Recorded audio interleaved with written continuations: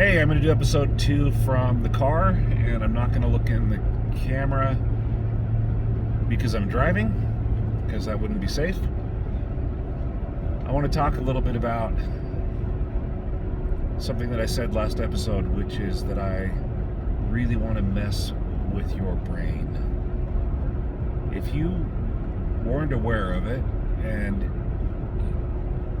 that's on purpose, but people have been messing with your brain since you were born. Your parents have been trying to train your brain to act in ways that are socially acceptable, that are moral, that will hopefully result in you being successful and happy in life. That's the first organization that's been trying to manipulate and mess with your brain. Second organization, let's talk about schools. There's a curriculum. There is a plan to get you to act a certain way. I don't know if you've heard the song by Pink Floyd. It says, "We don't need no education. Hey teacher, leave them kids alone." Talks about being another brick in the wall. That song is amazingly insightful. It talks about the mass brainwashing that happens in our school systems to get us to think a certain way, to get us to play our part in society and to not step out of line. That's probably especially true in the UK, where they've had a class-based system where you've got a role to play, and there are those above you, lords and ladies and dukes and kings and queens and landowners. On the other hand, you are somewhere below that, and you need to realize what your place in society is and do it and shut up and pay your rent and go to work and do what you're supposed to.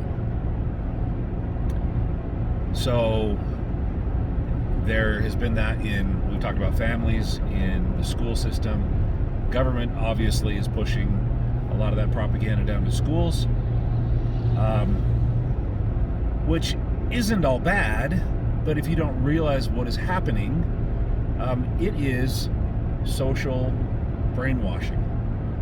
Got to realize that happens, because not all social brainwashing is productive. Some of it is. Some of it's necessary. Yes, we do want to learn to work. We do want to learn to provide for our families and contribute to society and be good citizens. All that is good and productive. And governments, as we learn in the scriptures, are instituted by God for the benefit of mankind.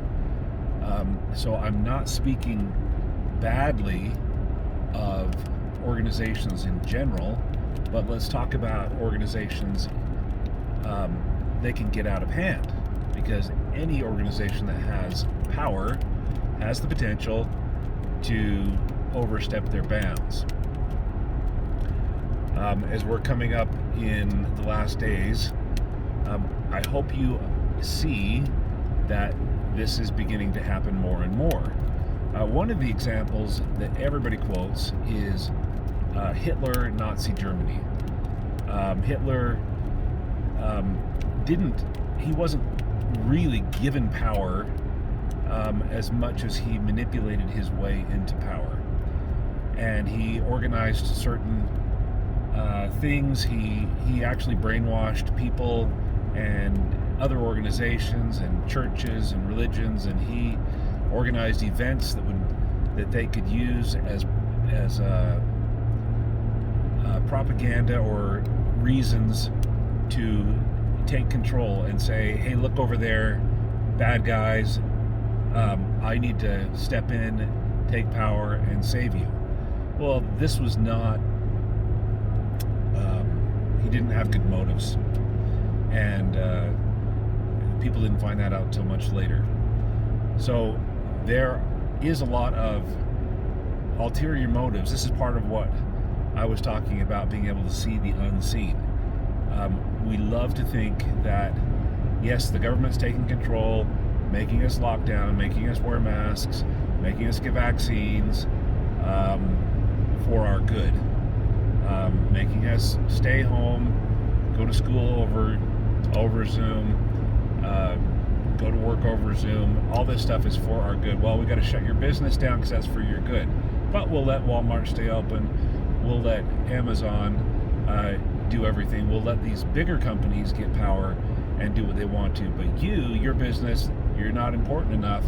You need to do your part and shut up and shut down. So there needs to be a point at which we go, nope, I can see pretty clearly that you've overstepped your bounds and you're not doing it for my good. You may think you're doing it for my good. And truthfully, a lot of our leaders in government Cox here in Utah, I'm going to hope that the reason that he does what he does is because he is brainwashed and manipulated and just a terrible leader, and not because he's evil. I don't know the answer to that, but let's just assume that he is being brainwashed by the powers that be. There are powers that be that are giving orders to even governors. They don't act independently. There is, for example, the Rockefeller Foundation and a lot of its entities that hand money out. And they say, if you behave a certain way, and if you do your lockdowns and whatever, then we'll give you money. We found out about a month ago that Utah has received $103 billion, that's billion dollars of COVID aid. We've received $103 billion for various areas. How much do you think California got? Now, we've got something like 3 million people here. California's got, 30, 40 million people, at least. California got $43 billion. Now, why is Utah getting more than twice what California got? And what do you have to do to get that kind of money? Now, California's basically all in anyway. They're basically a dictatorship, communistic state. I mean, they're very liberal. They're usually the first ones to go too far, and they embrace it. But Utah, I don't know why. Anyway, the brainwashing. We accept it, we embrace it. Even in the church, we teach that obedience is the first law of heaven. We teach that, yes, you need to follow the rules of the government. You need to be respectful to authority. Now, that's all very good advice in a government and in a situation where everybody's trying their best. I mean, we're humans. Our leaders are not going to be perfect. We can't have everybody going, hey, you just made a mistake, I'm going to be all over you. But at some point, there needs to be civil disobedience. This is something that Martin Luther King Jr. Understood. Don't go break the law, but let's be civilly disobedient. Let's go and have marches against what's going on. Let's demonstrate and let our voices be heard until they can't be ignored. That is very useful in society, but you have to see what's going on. So there's the brainwashed propaganda, there's what's going on under the surface that most people don't see, that you need to see. And then when needed, we need to push back against a system that gets out of control, or it will be taken away. President Benson, before he was President Benson, when he was an apostle, he worked for the U.S. government, actually, and he saw what was going on, and he spoke out against this and said, there are forces that are coming that are, and these are communist forces that he talked about, They are trying to take over the government. And if you don't see this conspiracy, and if you don't act against it, we're going to be gone. We're going to be in a world of hurt. He spoke out very, very strongly against that, to the point where a lot of people were actually uncomfortable with what he said. And that since has faded into the distance. And as we get more quotes today, we say, wow, 40, 50 years ago, Elder Benson was absolutely prophetic about what is coming. The funny thing is, nobody's talking about that anymore. The church is not saying anything about it. They're silent about it. I'm assuming that's on purpose, that the church needs to keep the peace with the government. But the people, we as citizens, as informed members of the church, we are under an obligation to push back and be freedom-loving people, or we will lose it for ourselves and for our family. Anyway, I know that's been a little over 10 minutes.